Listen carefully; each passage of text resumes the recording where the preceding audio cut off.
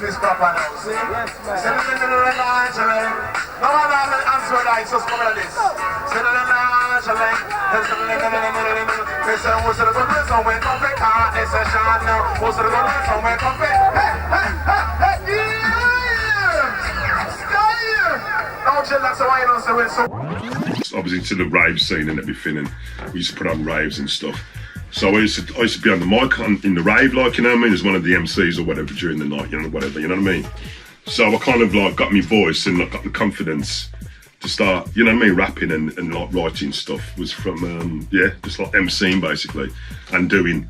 I also used to do like DJing with me cousin's fella, who was like a mad reggae fan. We used to do like garden parties in Moseley back in the day. You know, he used to DJ like all night, you know what I mean? Like some kind of a sound system kind of thing. He had some equipment and stuff, blah, blah. And so I used to MC a little bit on that, you know. So kind of built up. So like, I don't know how long into our career it was before I actually started doing all that stuff, but it must have been at least probably 5 years maybe or something like that.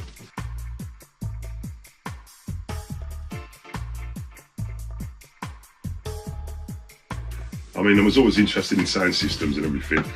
Tried to start one with one of our mates when we was really young in Smallleaf with all my mates from the hood and that.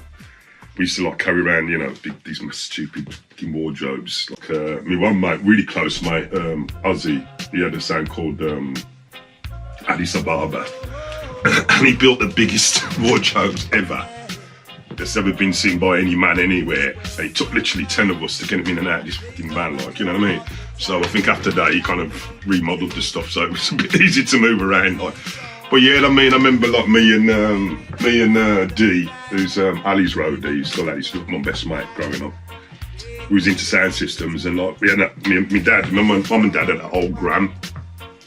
So we thought, right, there's a nice deck in there, you know what I mean? Like nice turntable. What we'll do, we'll like reuse it, do you know what I mean? Like make a case for the thing. And then plug the deck in there and like, you know what I mean, start, you know, because we were so mad about sound systems and that. And so we smashed this thing together and it was like the worst bit of carpentry you ever seen in your life. It basically just fell apart. But we was always obsessed with the sound system thing, and we used to go to sound systems. And we used to go to Coxsone in the People's Club in London. Now you may not think it is true yet, but I'm related to you. Alright. We used to acquire a car, right? I couldn't drive, but like one of my mates would acquire a car, and we'd shoot down to London, right? Went down to London, watched the People's Club on a Thursday night, watch Coxsone, and then come back to Birmingham, you know what I mean? That's how mad and obsessed we was with like sound system culture and that, you know. And Shaka Soundsystem from London, like real famous.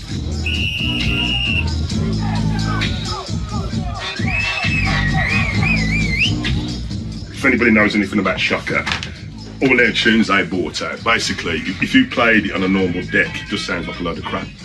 Because you only, you know what I mean, that's why have like the Shaka sound system. You have to play it for it to sound good.